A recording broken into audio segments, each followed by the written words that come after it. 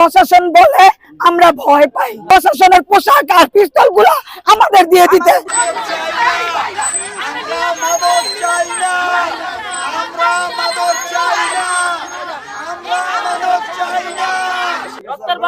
আমরা যে কালকে প্রশাসনের কাছে গেলাম, উনি বলছে সর্বদাই আমাদের সহযোগিতা করবে।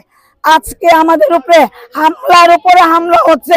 প্রশাসন বলে আমরা ভয় পাই, আমরা ভয় পাই। তাহলে বলেন প্রশাসনের পোশাক আর পিস্তল গুলা আমাদের দিয়ে দিতে।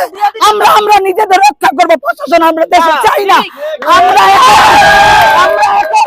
আমাদের একটাই দাবি, প্রশাসন না, আমরা জনাব প্রধানমন্ত্রী তারেক রহমানের কাছে সহযোগিতা চাই আমার হাজবেন্ডের, আমার এলাকাবাসীর নিরাপত্তার জন্য। কারণ আমরা ওনার সাথে ওনার পক্ষ হয়ে নামছি মারক বিদ্রোহীদের দলে। আমাদের জনের উপর হামলা হয়েছে।